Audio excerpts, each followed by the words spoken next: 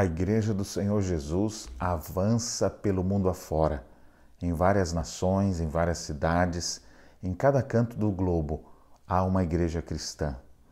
Nas leituras de hoje veremos essa igreja no início da sua expansão.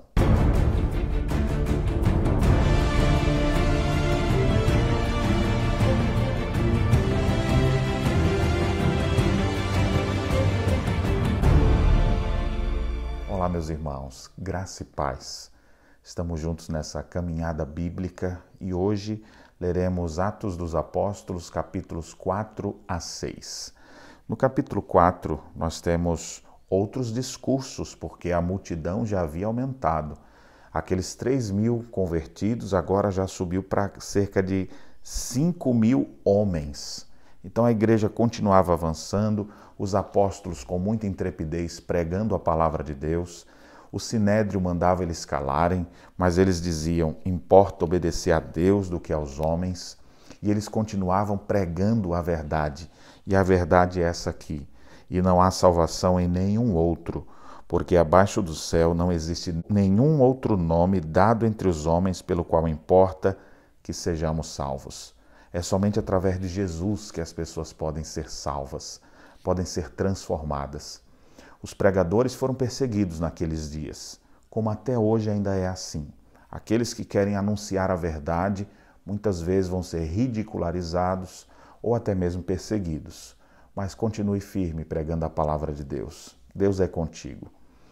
Quando aqueles apóstolos, depois de serem presos, foram soltos, eles ficaram felizes e logo foram reunir-se com a igreja. E lá estavam eles orando. Que é interessante que enquanto eles se reuniam, eles não oravam para que Deus castigasse ninguém. Eles oravam para que Deus continuasse dando a eles intrepidez para pregar, para que mais pessoas se convertessem. Que lindo exemplo de pessoas que reconhecem a soberania de Deus e descansam em suas promessas, trabalhando pela expansão do reino de Deus. Na sequência, o texto mostra como aqueles irmãos viviam e, mais uma vez, nos é declarado que eles compartilhavam as suas necessidades uns com os outros, se apoiavam mutuamente e eram muitas vezes perseguidos. Os apóstolos, por pregar o evangelho, eles foram açoitados e depois foram livres. É interessante que o texto diz assim, chamando os apóstolos, açoitaram-nos, ordenando-lhes que não falassem o nome de Jesus, e então soltaram. E eles se retiraram do sinédrio, regozijando-se por terem sido considerados dignos de sofrer afronta por esse nome. E todos os dias, no templo, de casa em casa, não cessavam de ensinar e pregar Jesus, o Cristo. Nenhum castigo físico pode calar a boca dos pregadores. Eles devem continuar proclamando Jesus, o Cristo, nas ruas, de casa em casa, porque essa é a verdade que transforma e liberta. A oposição sempre vai surgir às verdades do Evangelho, mas nós não devemos nos preocupar com isso. Deus cuidará do seu povo.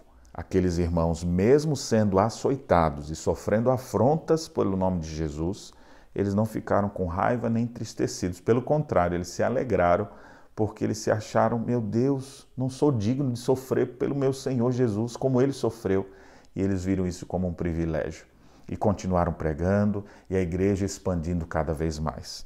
No capítulo 6 mostra aqui, para que aquela igreja não desviasse os seus focos, já que tinha muita gente necessitada, cresceu a demanda de pessoas pedindo ajuda para os membros da igreja, para que os apóstolos não deixassem de lado nem a oração, nem a pregação, porque isso é fundamental na vida da igreja.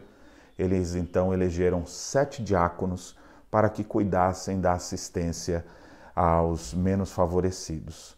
E assim mantiveram seu foco, pregando a Cristo e trazendo salvação para aquelas multidões que estavam perdidas. O texto diz que crescia a palavra de Deus e em Jerusalém se multiplicava o número dos discípulos. Também muitíssimos sacerdotes obedeciam à fé. A igreja estava avançando, a igreja estava crescendo. Agora a gente já não sabe que número que estava. Primeiro eram 120 discípulos, subiu para 3.000, 5.000 homens e agora se multiplicava o número dos discípulos. Já estavam perdendo as contas. esse povo que encontrou a graça de Cristo teve sua vida transformada. Essas pessoas agora queriam levar a chama do Evangelho para aquecer os corações das pessoas que estavam vivendo suas vidas entristecidas e gélidas. Ainda hoje, em nossos dias, existem muitas pessoas que estão vivendo sem sentido e sem razão, correndo atrás de coisas banais, prazeres temporais, mas elas nunca vão encontrar satisfação a não ser quando preencherem o vazio de sua alma. E isso só consegue através de Jesus. Que a igreja continue pregando a Cristo, anunciando as boas novas do Evangelho, trazendo esperança para aqueles que estão desesperados.